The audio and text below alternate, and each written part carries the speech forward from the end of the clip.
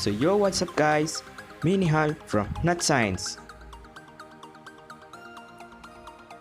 Wanna make this one? Let's start making it.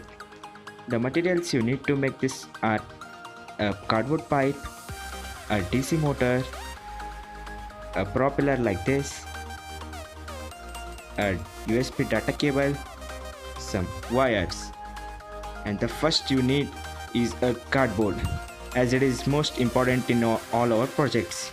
Lol, I was just joking. So let's get into the topic.